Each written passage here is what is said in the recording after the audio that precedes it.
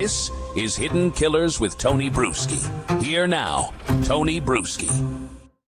We're going to go into the video that Anna Kepner's biological mother has released in response to the death of her daughter. But before we roll that video, let me say this very plainly. I've seen some grieving parents speak after tragedies that would break most people in half. They are shattered. They are lost. They are pleading for answers. They are focused on their child. What we're about to take a look at, this video, this isn't that. What you're about to watch is about a 13-minute meandering, self-centered monologue from Anna Kepner's biological mother, a woman whose daughter was found hidden under a bed on a cruise ship, and somehow her first instinct wasn't to mourn or demand truth or speak to investigators or honor her child's life. Her first instinct was to open TikTok and record whatever this is. It's not grief, it's not clarity, it's not even coherent. It's an emotional spill, raw, chaotic, defensive, and completely void of anything that resembles a focus on Anna. And the saddest part, it accidentally reveals more about the instability Anna grew up around than the mother ever meant to expose. There are allegations in here coming straight from her. We are not confirming any of the things she's claiming in this. This is straight from her mouth. We are breaking down and reacting with our own opinion to this. We're going to play this video in large sections, not every 5 seconds, because the real insight comes from the flow, her patterns, her contradictions, and the way she unravels her own story without really realizing it. So let's begin this video. Hi, TikTok. Just Mom here. This goes out to all of you who think you know me, or you think you know what happened between me and Anna. Okay. Anna and I stopped talking because Christopher is a narcissistic sociopath. Now, with that being said, let me give you a little history on me, Anna, Christopher, Tabby. I don't know anything about his new wife. I don't want to know anything about that bitch or her children.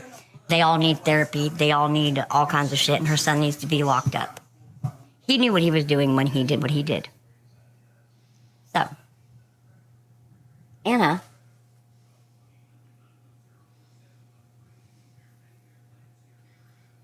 was 4 when I moved to Oklahoma. I moved to Oklahoma for the simple fact that my fiance made more money here, and he was from here. I'm going to pause there. Let's back up a moment. This opening minute is the blueprint for the entire video. She starts by addressing TikTok like she's responding to gossip, not tragedy. You don't even know.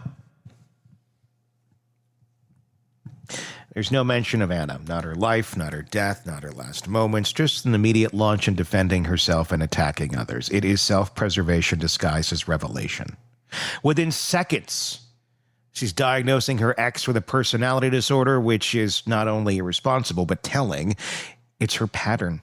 If something went wrong in her life, someone else seems to have orchestrated it, according to her. No nuance, no shattered or shared responsibility, no part that she played, just labels and villains. Then she says she doesn't know anything about his new wife or her kids, and that she doesn't want to. Think about that. These are the people actually raising Anna. A parent who desperately wants to stay involved learns the household. She didn't. And she says it proudly, as if disengagement were a badge of honor rather than an admission of absence. And then comes the escalation. They all need therapy. Their son needs to be locked up. We're not even a minute in. And she goes from ignorance to sweeping judgment in seconds. which is emotionally reactionary, not informed. And here's the important distinction. Yes, the 16-year-old stepson is a suspect, according to the Associated Press and other reputable sources. But what she's saying here is not based on evidence, timelines, forensic findings, or anything investigators actually care about. She's projecting bitterness at people she openly admits she doesn't even know. The first minute tells you everything. This isn't grief. This is grievance. This isn't about Anna. This is about Heather fighting ghosts only she can see.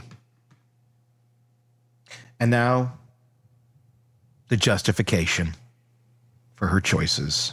So he could get a job really easily here. So she moves to Oklahoma because that's where her fiance is, and he could get a job really easily here. So you didn't stay around for your kid. You went for your boyfriend, far away from your daughter.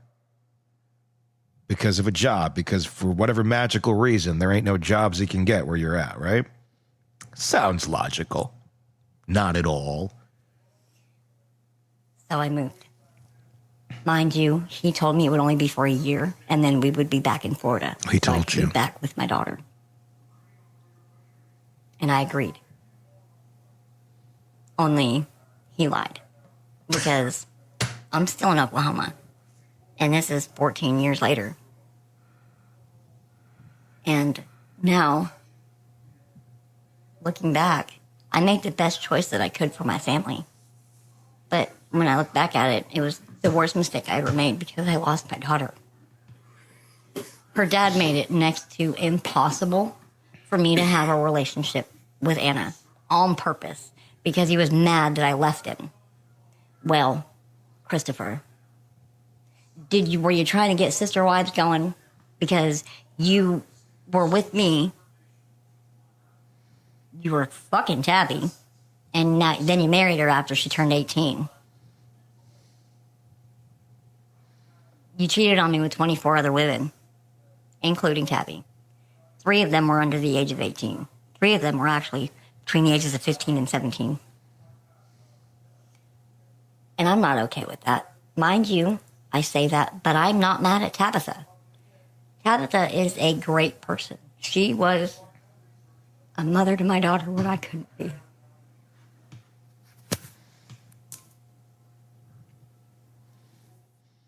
Stop there for a second. This is where her entire narrative kind of collapses on itself. She admits plainly, clearly, that she moved across the country for a man. She left Florida. She left Anna. She says she thought she'd be back within a year, and somehow that 1 year mutated into 14. It's not alienation. That's not being forced away. That's a decision. A personal, adult decision that removed her from her daughter's daily life. She doesn't seem to grasp that this is the foundation of everything that follows. She abandoned the geography of motherhood, and the consequences echoed for years. Then she barely touches actual honesty. She says it was the worst mistake of her life because she lost her daughter. It is raw. It is real. It's heartbreaking. It lasts about 2 seconds before she's back in rapid fire mode with accusations against her ex. 24 women, underage girls, polygamy, conspiracies tossed out like emotional confetti with zero structure, zero evidence, and zero connection to Anna's death. But in that storm of accusations comes the single most revealing line of the entire video. Tabitha was a mother to my daughter because I couldn't be. And instead of stopping to process that, instead of grieving the truth, instead of acknowledging what it meant for Anna, she barrels forward into more attacks and more excuses. This moment should have been her reckoning. Instead, it becomes a footnote in her monologue. She accidentally tells the truth, then sprints past it before it can catch her. She did a great job raising her. Anyway, Christopher made it next to impossible for me to have a relationship with my daughter. He made it extremely hard for me to see her. He would ignore my phone calls, not tell Anna that I called, and then call like a week and a half, 2 weeks later, and Anna would be like, Mom, why haven't you called me? And I'm like, I've been calling you. You didn't get any of my voicemails? Your dad didn't, listen to him? No. He said you haven't called. So he told her that I didn't care. He's been telling her I didn't care. And then I moved away for years because I didn't love her. At least that's what I'm telling myself. Because that's the only thing that made sense as to why we grew apart. And also because I couldn't see her as much as I wanted to. It was about $1,400 every summer to go down and see Anna and bring her back here for 2 months. Because Christopher wouldn't help me pay for the gas it took to drive all the way down to Florida and back up to Oklahoma. And then not even a month and a half later, drive all the way back down to Florida and back up to Oklahoma when I had to take her home. I loved my daughter. Let me get that straight right now. My children are my world. And even though I wasn't in her life, it doesn't mean I didn't think about her every day.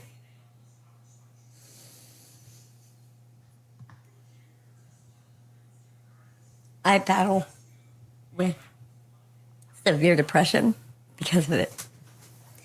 Extremely high anxiety because of it. Yes, I was addicted to drugs for about 2.5 to 3 years. The only reason I did them was because a man that my ex-fiance trusted, he was his best friend, took me out under the pretenses of making money and scrapping and threatened my life and told me that if I did not get high while we were at this house, that they would kill me because they've been up way too long. And if I didn't get high or hit the pipe, I was either a cop or I was an undercover, or I was either a cop or I was a snitch. So I've never hung around drug addicts. I mean, yeah, my parents were drug addicts, but I was a child. I didn't. Shocking, all of it, isn't it? I mean, my parents were drug addicts, but I'm not a drug addict, but I had to do this and everything is everyone else's fault. Gee, I wonder why he wasn't taking your fucking calls. Now, I don't know the story of Dad other than what we know. And the weird shit with Tabby, who turns 18 and he marries her, that seems to be fairly well documented. And a weird norm to grow up around if you're Anna. The dad is suddenly married to the 18-year-old, allegedly, that was allegedly the babysitter, according to some reports. And mom's gone. But then she turns into a good mom. Okay, great. Still a weird norm. Not a healthy norm. But my God.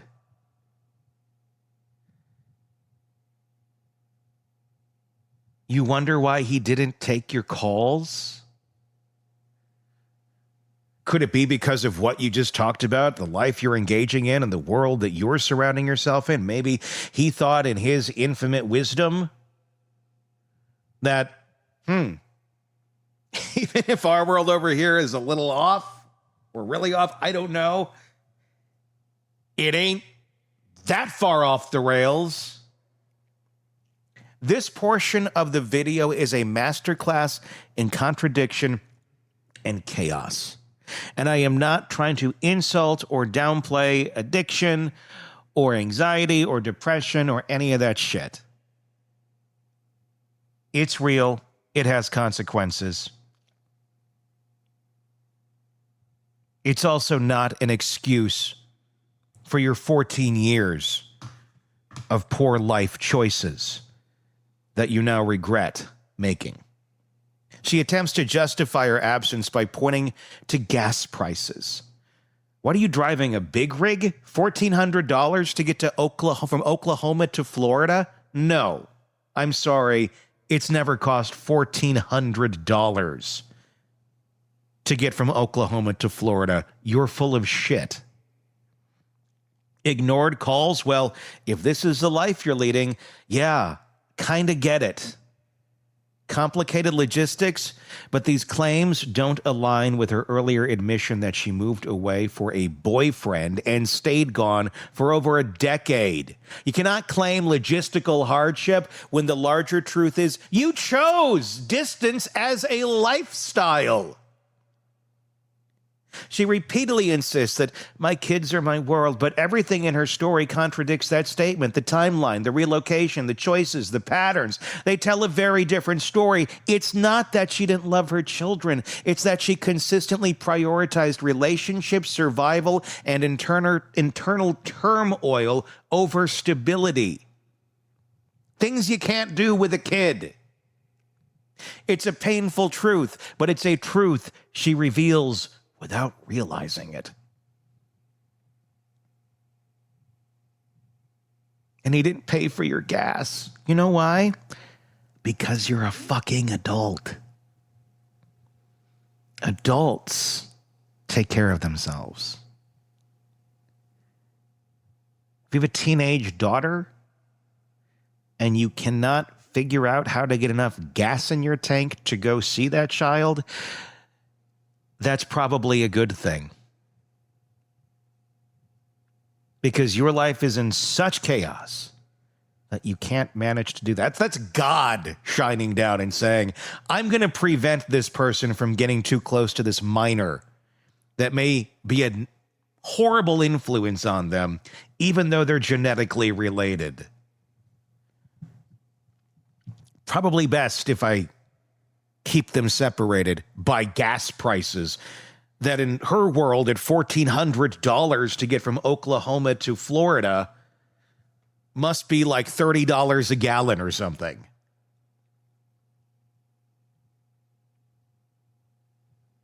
Nobody's obligated to pay for your gas, certainly not your ex-husband. That's on you. You chose to move. You pay to see her, if you so choose. Then she unloads her entire trauma story: severe depression, anxiety, debilitating anxiety, 3-year drug addiction, being threatened into using,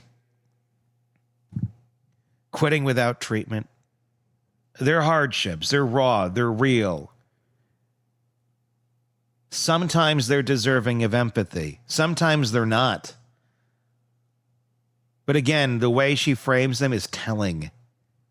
These experiences are described solely through the lens of how they impacted her, never how they impacted her daughter. Not once does she say, this hurt Anna, this affected Anna, this shaped Anna. Her daughter is not part of her emotional equation. Then the spiral worsens. We go from addiction to teeth to burned dentures to insults towards someone else to a complete loss of narrative cohesion. It's not grief, it's unraveling, and it's uncomfortable because in these moments you glimpse exactly what Anna must have experienced growing up. A parent lost in their own chaos, bouncing from one emotional pivot to another, with no grounding, no reflection, and no capacity for consistent connection. This is the section where you finally understand just how much instability Anna lived around. Not theoretically, not abstractly, viscerally. Let's keep going. Hang around their friends. So I have no idea what drug addicts are like, except what I see on the news, which is they kill people. That's not exactly true either. They do not kill people. Idiots kill people. Anyway, so I got addicted to drugs for about 3 years. And I got off drugs by myself. I didn't go to rehab. I didn't... Well, let's get you a fucking cookie. Cold turkey. Okay? Yes, I have no teeth in my mouth. No, that has nothing to do with drugs.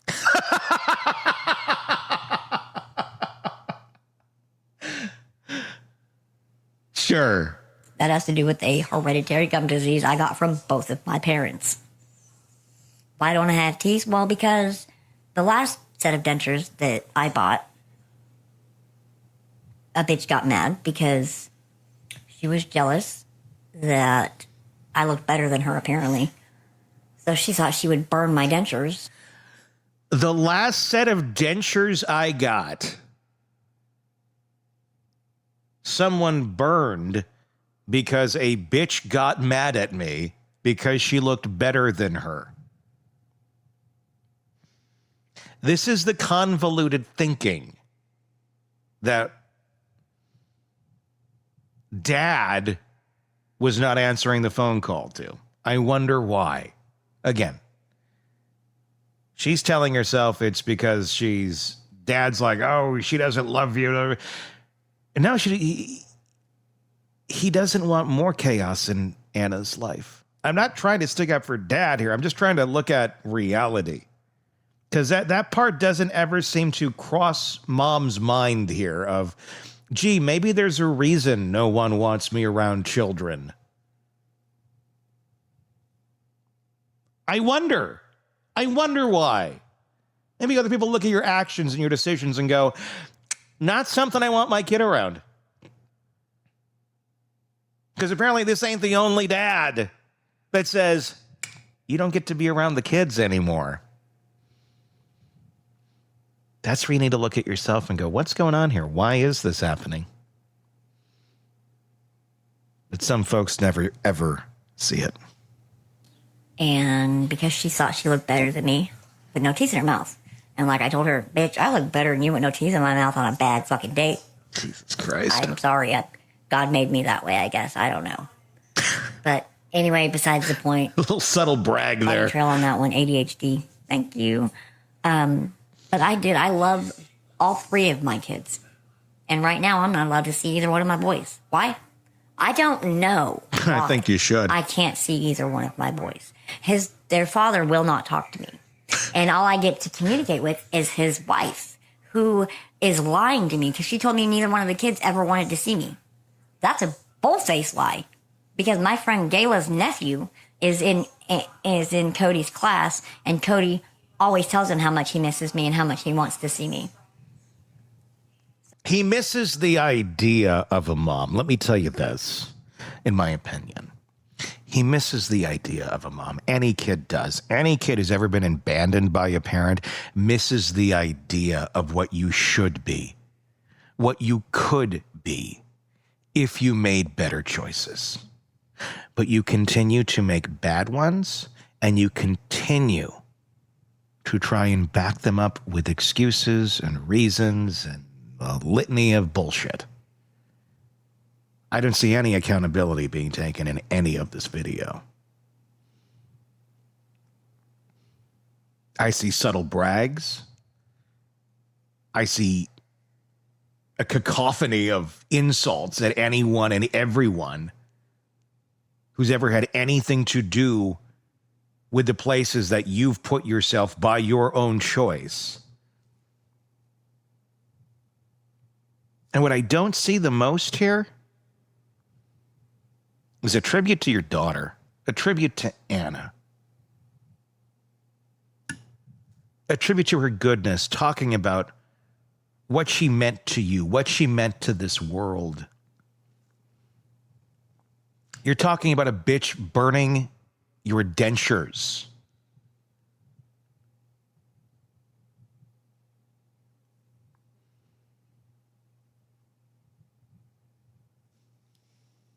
So that right there says the bitch is lying. She tells me that if I show up on the property, I'll be arrested. Well, I don't give a fuck. Like, police don't scare me. I seen a post just a few minutes ago on Anna's Facebook stating that I was in jail right now. Whenever she made that post, I was in jail right then. But does she know why? I was in jail because of truancy on my son. Because I didn't sign him up for school and he missed the first 8 days of school 2 years ago. That's why I was in jail.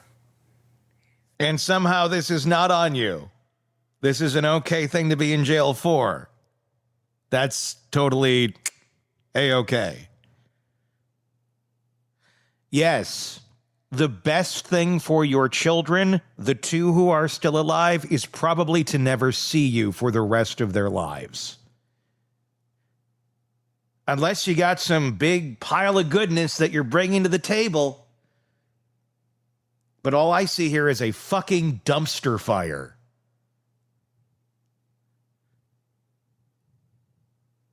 You say you quit the drugs. Good. Now get some fucking help. Because you're thinking, it ain't healthy. It ain't fucking healthy.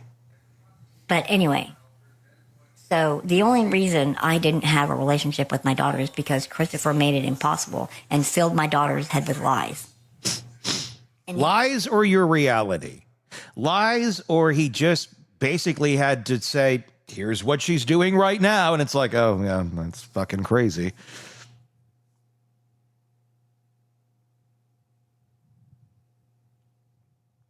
I always say this, and I'm not diagnosing her as a narcissist, but certainly we're seeing narcissistic traits going on here. Very self-centered, very self-absorbed. Narcissism always wins. Not the narcissist, narcissism always wins. Almost as if it's a disease, and it's not. But the act, the process of thinking, the pathology always wins. Because it tears down and it destroys the person who practices it and lives by it. It sure looks like what's going on here. Again, I'm not diagnosing. I'm not saying she is or isn't. I'm making an observation based on what she's chosen to publicly state. The only information Christopher actually knows about me is he said, she said bullshit between my ex-fiance and him. Well, my ex-fiance doesn't ever talk to me either, so how the fuck does he know what's going on in my life? He don't talk to me. He don't see me. All he knows is what other people tell him. So again, he said, she said, fucking bullshit. None of you know what I have been through or what I've been put through or what I put myself through mentally on a daily because of my kids. And Christopher, Barbara, Andrew. Well, actually, Andrew, you don't have anything to do with the last part of this. But I'm going to bring you into it, I promise you, at the very end. Christopher and Barbara, you want to sit there and body shame Tabby for being fat. Have you looked in a mirror lately? Tabitha's not fat. But you two look like you ate an elephant. Okay? Christopher, you're 3 times the size of Tabby is. So I don't know why you calling her fat. Nigga, look in a fucking mirror. And Barbara, you're the same way. Bitch, you're 3 or 4 Tabitha. And you calling her fat. Have you looked in the mirror? I think y'all need to stop deflecting yourselves onto Tabby. Grow the fuck up. Man up. And Andrew, okay, if you want to call me out on how bad of a mother I am or whatever, because you have no idea, let's talk about the teenagers you were dating when you were 28. Did you forget about that? Because you did the same thing your brother was doing. You were both dating minors under the age of 18 when y'all were in your mid to late 20s. Thank you. Pure chaos. Pure and utter chaos. She admits she no longer has access to her sons, both of them. That alone should tell you something. Courts do not sever ties between parent and child because someone lied. When it happens once, it may be situational. When it happens with every child, it's a pattern. A pattern she can't see but reveals plainly. Then she describes going to jail for truancy, frames it as administrative misunderstanding, and again avoids any acknowledgement of responsibility. Every event in her life, every setback, every loss, every fracture is positioned as someone else's doing. By the time she gets to the body shaming, the accusations towards unrelated family members, the profanity, the petty grievances, the years-old resentment, the video has stopped being about Anna altogether, and Heather's purge, her opportunity to vomit out a decade of personal pain under the guise of setting the record straight, And in a heartbreaking twist, it tells us nothing about Anna. No memories, no love, no stories, no insight into her daughter's personality, dreams, fears, or relationships. It's about 13 minutes about Heather. And almost nothing about the girl who died. And that's the tragedy embedded inside the tragedy. Anna didn't just die in chaos. She lived in it. She grew up in it. She moved between two unstable worlds. And this video is Exhibit A of one of those worlds. That video was not a eulogy, not a statement, not a mother honoring her daughter's memory. Just 13 minutes of someone trying to rewrite their own story, someone drowning in unresolved resentment, someone exposing unintentionally the dysfunction that shaped the environment that Anna came from. There are no answers here, no clarity, no truth about what happened on a cruise ship, but there is context.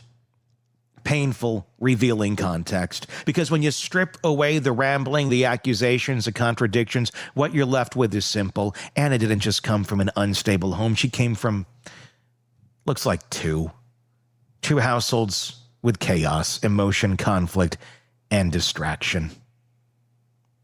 And she deserved better than that in life. And better than this video in death. This wasn't about Anna. It was about Heather. And that fact alone tells you everything. Give me your thoughts on the last 30-minute dumpster fire that you witnessed in the comment section on YouTube. Search Hidden Killers with Tony Brueski if you're not already there, if you're listening to the podcast. You'll enjoy the visuals. Until next time, I'm Tony Brueski. We'll talk again. Want more on this case and others? Then press subscribe now and don't miss a moment of true crime coverage from Tony Brueski and the Hidden Killers podcast.